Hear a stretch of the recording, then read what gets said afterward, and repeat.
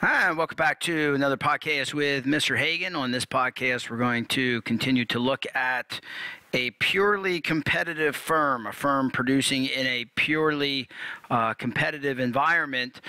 And we want to remember what it means to be a purely competitive firm. One big thing that it means to be a purely competitive firm is that the firm is a price taker. The firm is a price taker. That is to say that they simply charge the price that is being offered in the marketplace. They are a price taker. They do not have control over the price. And so what that means literally when we start looking at the numbers for a firm, so let's imagine that right here, this output, that this is the quantity. This is the number of units of the good that the firm is going to produce. So if they're producing, I don't know, televisions, then this would be one television, two televisions, three televisions, and so on. So this is the number of the good that gets produced by the company.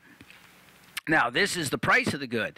And notice that the price of the good is the same no matter what the level of output is. So if the firm produces 1 unit, it'll sell for $50. If they produce 2 units, they'll sell for $50 a piece. If they sell for produce 3 units, it'll sell for $50 a piece. What that means, what that is saying, is that the firm has no control over the price. They cannot influence the price by altering their production. They can't, like, cut production and drive up the price or something like that. They don't have control over the price. In other words, no matter how much the firm produces, the market price in this example is still $50. And so that's what I mean when I say that they are a price taker. They're a price taker. They do not have control over the price. So I give you 2 pieces of information. I give you possible levels of production for the firm, and then I give you the price, which is the same no matter what the level of production is. The price is always going to stay the same. In this example, it's going to be $50.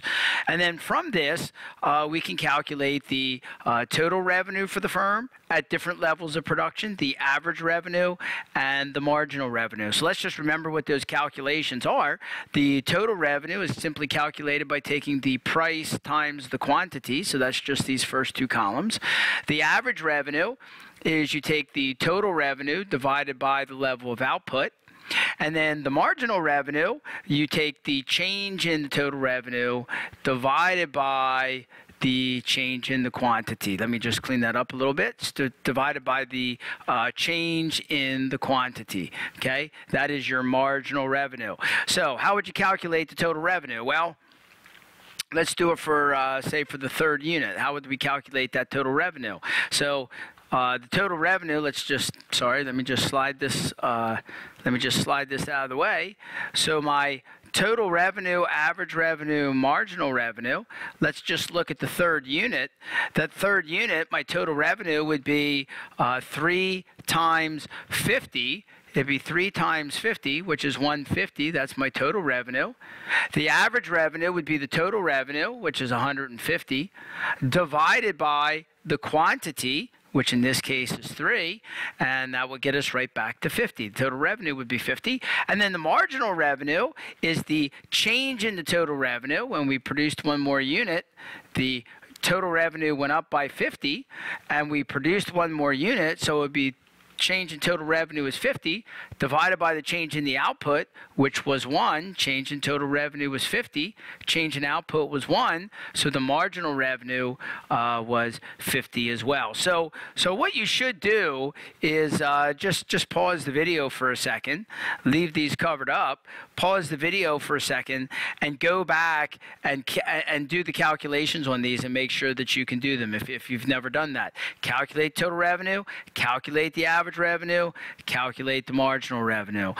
Make sure that you can do it. So just put me on pause, and then I'll bring those up in a minute. Okay, so if you did those calculations, then I'll just slide this back again, and there's your numbers. So go check the numbers and make sure that you did it correctly, and then And then I could give you these two numbers on the cost side, and that is the fixed costs and the variable costs. I give you the fixed costs and variable costs, and I talked about the difference of those on a previous video. And so the fixed cost stays the same no matter what the level of output is. The variable cost changes when we change the level of output. And so with the fixed cost and the variable cost, we can then calculate the total cost, the average variable cost, average total cost, marginal cost, and then at the end we'll come back and look at profit. So how do we calculate these? Well, remember, we've done all this before on previous videos. The total cost is simply the fixed cost plus the variable cost. That's the total cost.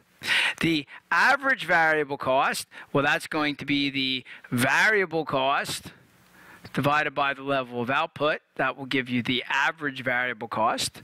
The average total cost is going to be the total cost divided by the level of output. The marginal cost is going to be the change in the total cost divided by the change in the output. And then finally, the profit is the total revenue minus the total cost. So it's going to be the total revenue from over here minus the total cost over here. So again, I would just hit pause right now if you haven't done it before. Hit pause, calculate all these numbers, and make sure that you can calculate those numbers correctly. And then I'll come back here in a second, show you the answers, and then talk about it a little bit. All right, so let's take a look at these calculations. So let me just move this guy out of the way.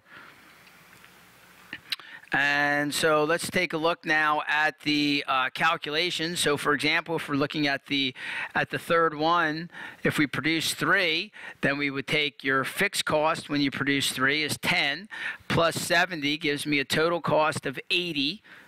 Take that 80 and divide it by, we're producing 3 units, so you take 80, your variable cost divided by 3, that gives you your average variable cost, 23.33.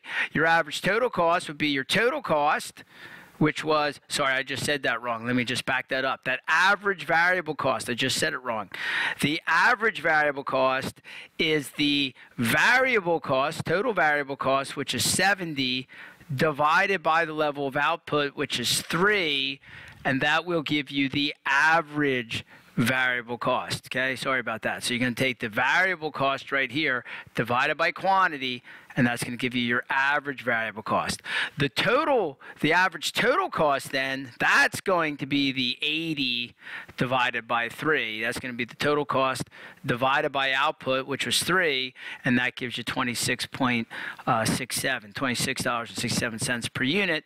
And then the marginal cost is the change in the total cost. So the total cost went from 60 to 80. The total cost changed by 20 when the output changed by 1, and so the marginal cost would be 20. And then finally, your profits, which is what ultimately matters, is the total revenue of 150 minus the total cost of 80. That gives you the profits right here at 70. And so, you know, that's just one example. You'd want to do those calculations going all the way down. And then finally, the next thing that you'd want to do is you want to graph this. But we will do that on the next video. So these are all the numbers, and we're going to take these numbers on the next video, and we're going to put them onto a graph, and then do some important things with that graph. There's a lot to think about here. All right, so this has been Mr. Hagan, another podcast. Thanks for joining me, and we'll see you on the next podcast.